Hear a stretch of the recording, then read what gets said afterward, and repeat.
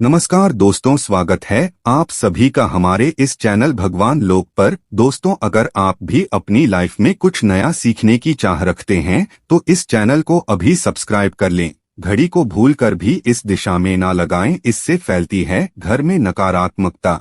इसी के साथ हम जानेंगे दोस्तों कि आपको कैलेंडर कहां पर नहीं लगाना है, क्या गलती आपको नहीं करनी है, और साथ ही मैं आपको बताऊंगा कि अगर आपके घर में वास्तु दोष है तो कैसे आप जान सकते हैं और क्या उपाय कर सकते हैं जिससे कि वास्तु दोष दूर हो और आपके जीवन से परेशानियां खत्म हो जाएं। तो पूरी जानकारी के लिए इस वीडियो को अंत तक जरूर देखिएगा। दोस्तों, हम सभी के घर में घड़ी का प्रयोग किया जाता है। घड़ी जो बीते समय और आने वाले समय के बारे में हमें सूचित करती है। अगर हमारे जीवन पर सबसे ज्यादा किसी का प्रभाव पड़ता है तो वह है समय। हर किसी का समय एक जैसा नहीं होता। अच्छे और बुरे समय सभी के जीवन में आते रहते हैं। समय चक्र का चलना कायम ही रहता है। समय किसी के लिए नहीं रुकता। लेकिन अगर हम आपसे कहें कि आप अपने समय को अच्छा बनाने के लिए कुछ उपाय कर सकते हैं तो आपको यह सुन के कैसा लगेगा? जी हाँ, हम बात कर रहे हैं घर में लगी घड़ी की, जिसे हम रोज निहारते हैं। पर कभी ये नहीं सोचा होगा कि ये घड़ी हमारा समय बदलने में और अच्छा समय लाने में मदद कर सकती है। दोस्तों, हम कई बार जीवन में छोटी छोटी चीजों को नजरअंदाज कर देते हैं, लेकिन वहीं कुछ चीजें हमारे भाग्य पर अच्छा बुरा प्रभाव डालती है। की ही तरह घर में और भी कुछ चीजें हैं जो आपके वास्तु दोष का कारण बनती है और आपकी परेशानी की वजह बनती है। तो आइए पहले जान ले, क्या आपको अपने घर में वास्तु दोष के बारे में कैसे पता लगता है और किस तरह से आप बड़ी ही आसानी से इसे ठीक कर सकते हैं। दोस्तों, वास्तु शास्त्र के अनुसार किसी भी घर में वास्तु दोष होने से सुख, शांति और पारिवारिक उन्नति में बाधा पैदा होती है के कारण पनपने वाली नेगेटिव ऊर्जा से व्यक्ति के भाग्य पर बुरा प्रभाव पड़ता है। साथ ही घर के लोगों को कई प्रकार की परेशानियों का सामना करना पड़ता है। दोस्तों, शास्त्रों के अनुसार अगर हम ये छोटे मोटे उपाय कर लें तो अपने घर में नेगेटिव एनर्जी से छुटकारा पा सकते हैं। तो आइए जानते हैं। लेकिन उससे पहले दोस्तों, आपसे रिक्वेस्ट है कि वीडियो को लाइक करें, अपने दोस्तों के साथ शेयर करें, और अगर आपने अभी तक चैनल को सब्सक्राइब नहीं किया तो सब्सक्राइब करके बेल आइकन जरूर प्रेस कर ले। दोस्तों, नंबर 1, जीवन में तरक्की पाने के लिए रोज पहली रोटी गाय को दें, पीपल को जल चढ़ाएं और चींटियों को शक्कर मिला आटा दें। तांबे के लोटे में जल व लाल चंदन मिलाकर रात को अपने सर के पास रखकर सो जाएं। सुबह उस जल को तुलसी को चढ़ा दें। ऐसा करने से आपकी परेशानियां धीरे धीरे दूर हो जाएंगी। नंबर 2, वास्तु के अगर आपके घर में तिजोरी है और आप उसके सामने शीशा लगा दें तो इससे धन में बरकत होती है। व्यापारी लोग अपने कैश बॉक्स के सामने शीशा लगाएं, इससे आपके ग्राहक बढ़ेंगे। दोस्तों, नंबर 3, झाड़ू पोछा कभी भी खुले में नहीं रखना चाहिए, इन्हें सदैव छुपाकर रखना चाहिए और झाड़ू कभी भी रसोई में नहीं रखनी चाहिए। नंबर 4, शौचालय का दरवाजा सदैव बंद होना चाहिए। माना है कि घर की नेगेटिव ऊर्जा शौचालय में ही वास करती है। ऐसे में अगर शौचालय का दरवाजा खुला रहता है तो नेगेटिव ऊर्जा आपके घर में प्रवेश करती है। नंबर 5, घर में सुख शांति के लिए कपूर को घी में डुबाकर सुबह शाम जलाना चाहिए। इससे घर में वास्तु दोष भी कम होता है और रह रहे सदस्यों के जीवन की परेशानियां दूर होती है। दोस्तों, नंबर 6, दुर्घटना से बचने के लिए शाम को हनुमान चालीसा के बाद कपूर जरूर जलाना चाहिए। नंबर, घर में जिस जगह वास्तु दोष हो वहां कपूर की 2 टिकियां रखें, खत्म हो जाने के बाद वहां दोबारा इसे रखें। नंबर 8, सूर्य अस्त के बाद कभी भी किसी को दूध, दही या प्याज नहीं देना चाहिए, ये भाग्य में बाधक भी बन सकता है। नंबर 9, घर के मुख्य द्वार पर कूड़ादान कभी भी ना रखें। नंबर 10, घर में टूटा हुआ शीशा कभी भी नहीं होना चाहिए। नंबर 11, अच्छे भाग्य के लिए सुबह नहाते समय पानी में थोड़ा सा कपूर का तेल मिलाएं, शनिवार को चमेली का तेल भी मिला सकते हैं। नंबर 12, लक्ष्मी की कृपा पाने के लिए रोज रात को रसोई अच्छी तरह से साफ करके चांदी की कटोरी में कपूर और लौंग जलाए।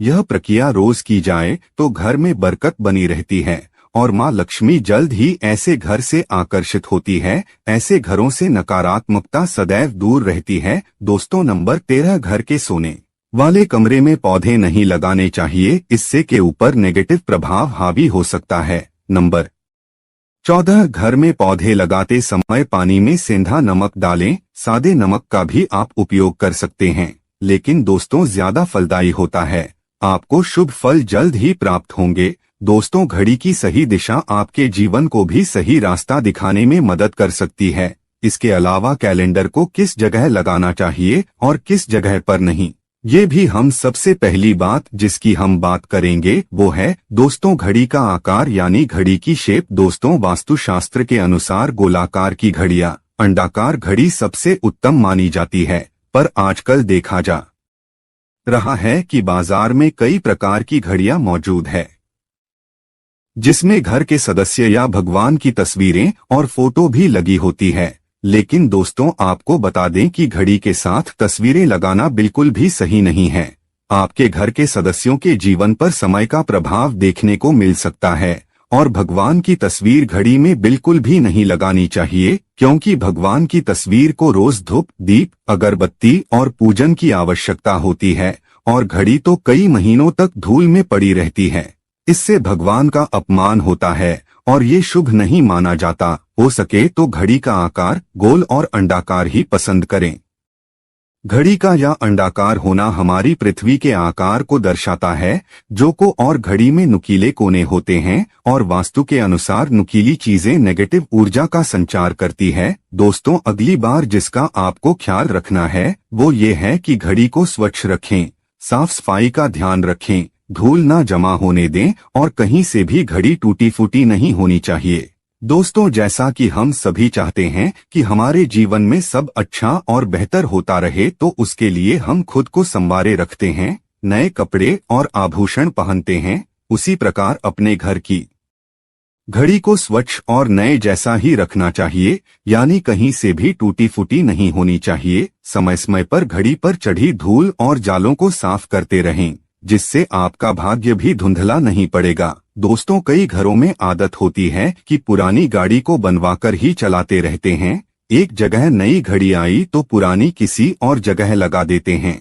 ध्यान रखें, घर में पुरानी या फिर टूटी हुई या धूल चढ़ी हुई और बंद गाड़ी तो बिल्कुल भी ना रखें, क्योंकि इससे घर में नकारात्मकता और दरिद्रता का वास होने लगता है। बंद पड़ी घड़ी को घर में रखने से व्यक्ति के जीवन में नए अवसर नहीं आते और वह अपने कार्य में कामयाबी प्राप्त नहीं कर पाता। अगली बात जिसका आपको ध्यान रखना है वह है घड़ी की सही दिशा। घड़ी को कभी भी दक्षिण दिशा में नहीं लगाना चाहिए। दक्षिण यमलोक की दिशा मानी जाती है। काल का अंतिम चक्र यहीं से शुरू होता है, इसीलिए वास्तुशास्त्र में इस दिशा को घड़ी के लिए अशुभ माना गया है। घर में घड़ी को उत्तर दिशा, पूर्व दिशा या पश्चिम दिशा में आप लगा सकते हैं, लेकिन ध्यान रखें कि घड़ी को कभी भी मुख्य द्वार, कमरे के दरवाजे या आने जाने के लिए उपयोग किए जाने वाले दरवाजे के ऊपर कभी भी नहीं लगाना चाहिए। इससे समय आपके आने जाने की गति और दिनचर्या पर पड़ सकता है। दोस्तों, घड़ी के साथ कैलेंडर का भी ध्यान रखें।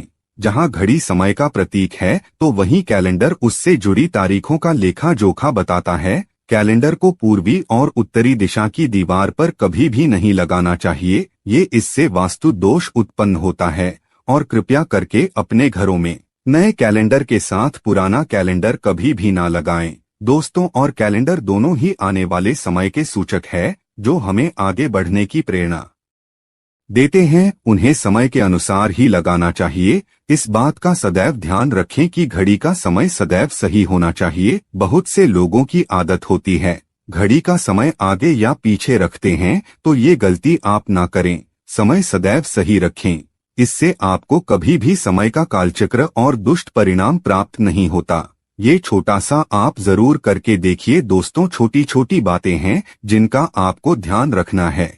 दोस्तों, रखी हुई घड़ी और पुराना कैलेंडर आपके भाग्य को भी रुकावटों से भर देता है। इसीलिए वक्त के साथ आगे बढ़ते रहने के लिए घड़ी और कैलेंडर को बदलते रहिए। और कैलेंडर को कभी भी अपने सोने के कमरे में ना लगाएं, ना ही इसे कभी मुख्य द्वार पर टांगे, ये शुभ नहीं माना जाता। पुरानी घड़ी किसी दान में देना शुभ माना जाता है। इससे आपके जीवन से बुरा समय निकल जाता है। इसीलिए अगर आपके घर में कोई पुरानी घड़ी है जो टूटी फूटी ना हो और खराब ना हो तो वो आप किसी जरूरतमंद को दान में जरूर दें। आशा है कि आज की इस प्रस्तुति में बताई गई जानकारी आपको अच्छे से समझ आ गई होगी। वीडियो अच्छा लगा हो तो एक लाइक अवश्य कर दें। धन्यवाद वीडियो के अंत तक बने रहने के लिए।